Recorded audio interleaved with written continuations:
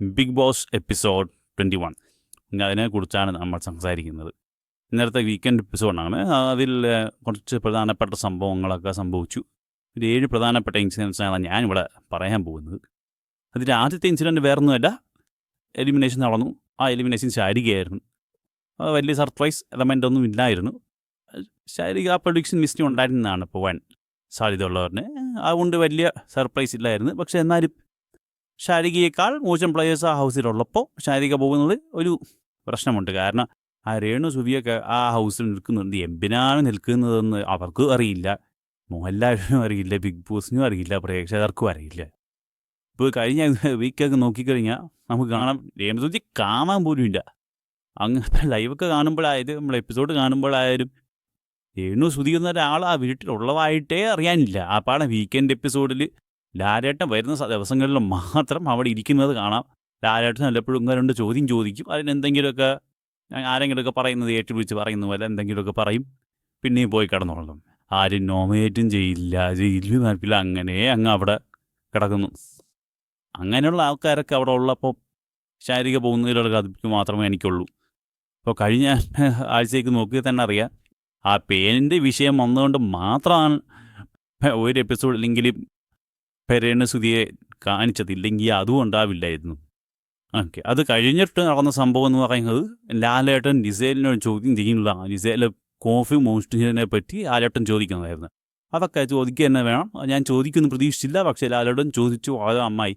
കാരണം ജിസേലിനൊരു വിചാരമുണ്ട്, അത് അവളുടെ തറവാറാണെന്ന്. അവിടെ എന്തു വേണോ കാണിക്കാൻ ആരും ഒന്നും പറയില്ലെന്ന്. കഴിഞ്ഞ ആഴ്ച തന്നെ അപ്പാന് ചേർത്ത് എല്ലാവരും കൂടെ കയ്യോടെ പൊക്കി ഒന്ന് കുടയാൻ നോക്കി. അന്ന് നിന്ന് അവിയുന്നുണ്ടായിരുന്നു.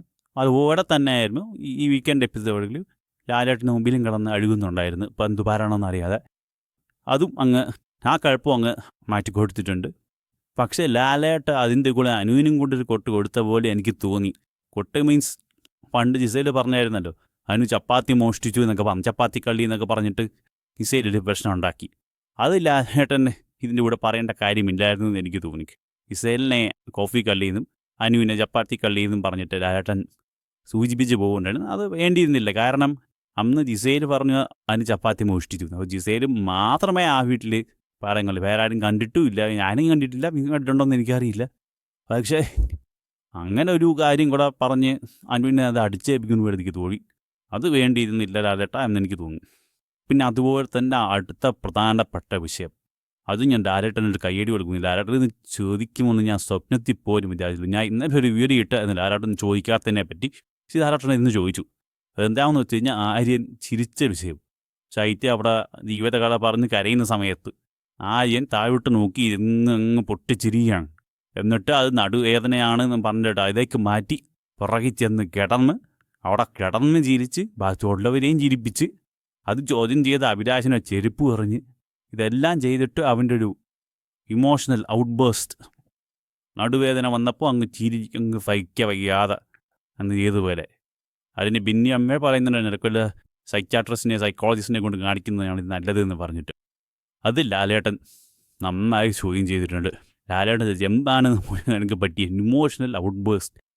അപ്പോൾ ആരും പറയുന്നുണ്ടായിരിക്കും, നടു ഇങ്ങനെ ഉള്ളിക്ക് ഒട്ടും വയ്യ, ആ വേദനയുമാണ് ഞങ്ങൾ ചിരിച്ചു പോയത് എന്നൊക്കെ പറഞ്ഞിട്ട്. അപ്പോൾ ആരോടും ചോദിക്കും, ഇത്ര വേദന എടുത്ത് നിന്ന് നീ ചെരുപ്പൊക്കെ എനിക്ക് എങ്ങനെ എറിയാൻ പറ്റിയെന്ന് ചോദിച്ചു. അതിൽ നിന്ന് ആയിട്ട് നിന്ന് അഴുകുന്നുണ്ടായിരുന്നു. കാരണം അതിനൊരു ഉത്തരവില്ല. അതുമെല്ലാം അവൻ സമ്മതിക്കുന്നു. അവൻ ചിരിച്ചു, ഞാൻ ചിരിച്ചു ലാലേട്ട, ചിരിച്ചു പോയി എന്നൊക്കെ പറഞ്ഞിട്ട് പറയുന്നു. അന്ന് ആ സംഭവം നടക്കുന്ന സമയത്ത് 100 പേര് എന്നോട് ചോദിച്ചിട്ടുണ്ടാകും എന്തിനാണ് ചോദിച്ചിട്ടുണ്ട്. അപ്പോൾ ഞാൻ ചിരിച്ചിട്ടില്ല, ചിരിച്ചതല്ല, ഞാൻ മുഖം ഇങ്ങനെ വെച്ചതാണ് വേദന കാരണം, അപ്പോൾ കാണുന്നവർക്ക് അങ്ങനെ തോന്നുന്നതാണെന്നൊക്കെ പറഞ്ഞിട്ട് എന്തൊക്കെയോ പറഞ്ഞ് എഴുതുന്നുണ്ടായിരുന്നു. എന്തായാലും ലാലേട്ടൻ അത് ചോദ്യം ചെയ്തു, അവന് കൊള്ളേണ്ടതുപോലെ കൊള്ളുകയും ചെയ്തു. പിന്നെ അടുത്തത് പറയാനുള്ളത് അക്ബറിൻ്റെ പാട്ടാണ്. അക്ബറും നവീനും കൂടെ പാട്ട് പാടിയത് വളരെ നന്നായിട്ട് അക്ബർ പാടി. അക്ബറിന് ഇന്നലെ കഴിഞ്ഞ ദിവസം ലാലേട്ടൻ്റെ നിന്ന് കിട്ടിയെങ്കിലും ഇന്നൊരു തിരിച്ചറിവ് അക്ബർ നടത്തിയപോലെ എനിക്ക് തോന്നി. കാരണം അക്ബർ ആ പാട്ട് ഗംഭീരമായിട്ട് പാടി. കാരണം ഞാനത് ആസ്വദിച്ചു. കേൾക്കുന്ന ഒരുമാതിരി എല്ലാവരും അത് ആസ്വദിച്ച് കാണുമെന്നാണ് എനിക്കും തോന്നുന്നത്. അതുകൊണ്ട് അക്ബറിനൊരു കയ്യടി അതിനകത്തുണ്ട്.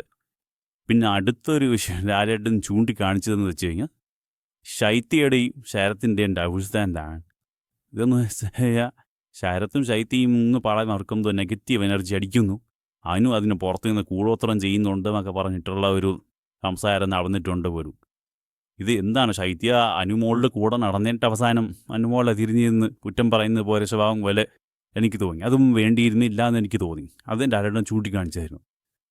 അതുപോലെ അടുത്ത വിഷയം എന്ന് പറയുന്നത് അക്ബറിൻ്റെ നോട്ടം ശരിയല്ല എന്ന് ഷാനവാസ് പറഞ്ഞതാണ്. അത് ആരോടും ചൂണ്ടിക്കാണിച്ച് അതിന് ഷാനവാസിന് ഉത്തരം മുട്ടിയതുപോലെ എനിക്ക് തോന്നി. അത് വേറൊന്നും കൊണ്ടല്ല, അമ്മ സംസാരം നടക്കുമ്പോൾ എനിക്ക് ഇപ്പോഴും ഓർമ്മയുണ്ട്. അതിന് സംസാരം നടക്കുന്നത് എന്തുകൊണ്ടാണെന്ന് വെച്ച് കഴിഞ്ഞാൽ നവീൻ ജിസേലിനെ കെട്ടിപ്പിടിച്ചത് അക്ബറിന് ഇഷ്ടപ്പെട്ടില്ല, അത് ശരിയായില്ല എന്ന് പറഞ്ഞ ഒരു സംഭാഷണം നടക്കുന്ന സമയത്ത് ഷാനവാസ് പറയുകയാണ് അങ്ങനെയാണെങ്കിൽ വീൻ്റെ നോട്ടം ശരിയല്ല എന്ന രീതിയിൽ അന്ന് സംസാരം നടന്നു. അതാണ് ലാലേട്ടൻ ഇപ്പോൾ ചൂണ്ടിക്കാണിച്ചത്. അങ്ങനെ പറയേണ്ടിയിരുന്നില്ല, പറയുമ്പോൾ ഒന്ന് സൂക്ഷിക്കാം എന്നുള്ള രീതിയിൽ ലാലേട്ടനൊന്ന് കുറഞ്ഞു വിട്ടിട്ടുണ്ട്. അടുത്ത പ്രധാനപ്പെട്ട വിഷയം, ആര്യൻ ലാലേട്ടനെ ചൊറിയാൻ നോക്കിയതാണ്. ഒരു ടാസ്ക് ബിഗ് ബോസ് കൊടുത്തിട്ടുണ്ടായിരുന്നു. അതിനകത്ത് കുറേ പോയിൻറ്റ്സ് ഇങ്ങനെ എഴുതിയിട്ട് ഞാൻ പുലിയല്ല എലി എന്നൊക്കെ പറഞ്ഞിട്ടുള്ള ഒരു മുട്ടയുടെ ഷേപ്പ് കീടം പോലെ വെച്ച് കൊടുക്കുന്ന ഒരു ടാസ്ക്. അപ്പോൾ അതിന് എല്ലാവരും കൂടെ ചേർന്ന് പുലിയല്ല എലി എന്ന് അടിച്ചു പെടുത്തത് നമ്മുടെ ആര്യനാണ്. അത് ആര്യന് ഒട്ടും തോന്നിച്ചിട്ടോ, ഒരു ആര്യൻ നന്നായിട്ട് ഫ്രസ്ട്രേറ്റഡ് ആയിട്ടുണ്ട്. നല്ല തീർഞ്ഞാണ് നിന്നത്. അപ്പോഴത്തേക്ക് ആ മുട്ട വെച്ചിട്ട് ഉടനെ അവൻ ലാലേട്ടനോട് ചോദിക്കും എങ്ങനെയുണ്ട് ലാലേട്ടാ, കൊള്ളാവൂന്ന് ചോദിക്കുന്നുണ്ട്. അപ്പോൾ ലാലേട്ടൻ പറയുന്നത് ഗംഭീരമായിട്ടുണ്ട്, നീ ആ മുട്ടയും കൂടെ അടിച്ചിരുന്നെങ്കിൽ നന്നായിരുന്നേന്. അപ്പോൾ എൻ്റെ മുഖം ഒന്ന് ചുളിയുന്നുണ്ട്. ലാലേട്ടൻ ഒന്ന് കളിയാക്കിനായി മനസ്സിലാവാൻ ഒട്ടും അത് രസിക്കുന്നുണ്ടായിരുന്നില്ല. എന്നിട്ട് ചെന്ന് ഇരുന്ന് കഴിഞ്ഞിട്ട് അവൻ ലാലേട്ടനോട് ചോദിക്കുന്നുണ്ട് കുളിക്കുമ്പോൾ തരയും ഊരാവോ? വേട്ടന് പറയുന്നത് വിളിക്കുമ്പോൾ നീ ഞങ്ങളും ആറ്റി വയ്ക്കുക വിളിക്കുക, എന്നിട്ട് പിന്നെയും ഇനി ഉറങ്ങുമ്പോൾ ഊരാവോ എന്നൊക്കെ കഴിഞ്ഞിട്ട് ലാലേട്ടനെ കളിയാക്കുന്ന പോലെ ചോദിക്കുന്നുണ്ട്. അപ്പോൾ ലാലേട്ടൻ തന്നെ ചോദിക്കുന്നുണ്ട് നീ എന്നെ ഊതുകയാണോ എന്ന രീതിയിൽ. അടുത്തതിന് ശരത്തൊക്കെ തന്നെ അവനെ ആര്യനെ തട്ടി വിളിക്കുന്നുണ്ട്, നീ എന്താണ് ചോദിക്കുന്നത് പറഞ്ഞിട്ട്. ആ മനപ്പുറം ലാലേട്ടനെ കളിയാക്കുന്ന പോലെയാണ് എനിക്ക് തോന്നിയത്. ഇതിനുള്ള പണി മിക്കവാറും ബിഗ് ബോസ് അധികം താമസിക്കാതെ അവന് കൊടുക്കാനുള്ള എല്ലാ സാധ്യതയും ഞാൻ കാണുന്നുണ്ട്. അടുത്ത സംഭവം, അനുമോള് ആ തലയിൽ നിന്ന് ആ മുട്ട ആ കിരീട ഊരിയാണ്. ബിഗ് ബോസ് പ്രത്യേകം പറഞ്ഞു അത് ഊരാൻ പാടില്ല. ബിഗ് ബോസ് എപ്പോൾ പറയുന്നോ അപ്പോഴും മാത്രമേ അത് ഊരാൻ പാടുള്ളൂ.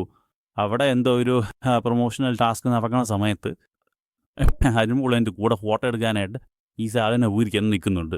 ആരും അതിനെ ചോദ്യം ചെയ്യുന്നൊന്നുമില്ല. പക്ഷേ അത് മിക്കവാറും ഒരു പണിക്കുള്ള കോളാണ്. ഇതുപോലുള്ള കണ്ടൻറ്റുകൾ ഇനിയും നിങ്ങൾക്ക് ആസ്വദിക്കണമെങ്കിൽ ഈ ചാനൽ സബ്സ്ക്രൈബ് ചെയ്യൂ. പുതിയ കണ്ടൻറ്റുമായി ഞാൻ ഉടനെ എത്തുന്നു.